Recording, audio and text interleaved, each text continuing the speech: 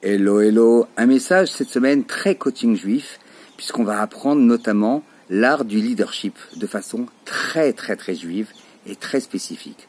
De quoi s'agit-il? Il s'agit de l'annonce que Dieu fait à Moïse, à Moshe Rabbeinu, en lui disant qu'il ne va pas pouvoir accompagner le peuple juif en terre d'Israël. Et là, pour les raisons qu'on avait vues la semaine dernière, notamment qu'il a frappé le rocher.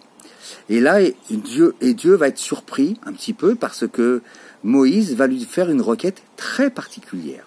Il va lui dire, ok, je rentre pas le peuple d'Israël, le peuple hébreu en terre d'Israël, mais je te demande de doter mon futur successeur d'une qualité particulière.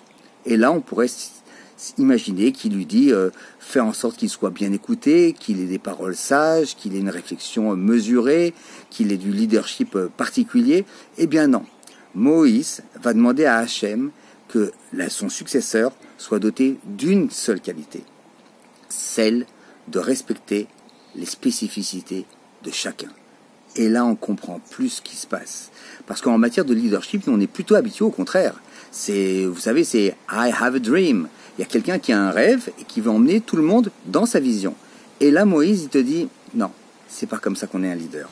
Le leader, il doit savoir qu'est-ce que l'autre a envie, qu'est-ce que l'autre peut recevoir. Et donc, qu'est-ce que ça vient induire pour nous dans notre quotidien? Ça veut dire que quand tu as une idée, que tu veux influencer des gens, alors tu ne dois pas simplement donner ton idée.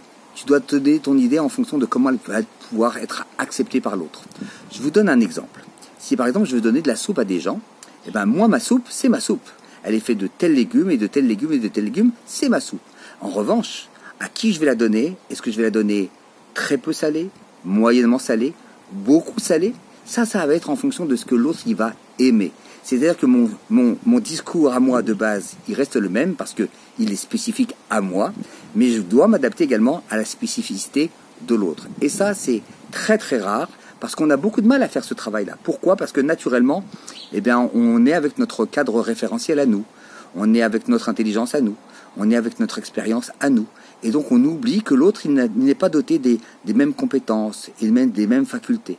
Eh bien, c'est ça le travail qu'on va devoir faire au quotidien, en face de nous, que ce soit dans l'éducation, que ce soit dans les relations avec les autres, dans la transmission d'un savoir, dans quelque accompagnement que ce soit, on doit savoir tenir compte de notre spécificité, bien évidemment, mais également de celle du récipiendaire, et de savoir est-ce qu'il va être en mesure, il va avoir les compétences, est-ce qu'on va être capable de lui donner de la meilleure façon.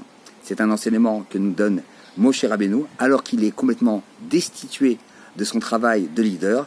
Il n'oublie pas que le but, c'est de guider le peuple, et que lui, c'est pas grave que ça soit pas lui, mais en tout cas, il demande à Dieu que ça soit fait de la meilleure façon. Apprenons-nous également à nous mettre, quand on est en phase de leader, non pas sous les spots, mais de savoir qu'on doit éclairer les gens et dans leur chemin à eux, et surtout dans ce chemin-là. Shabbat Shalom, et à très bientôt.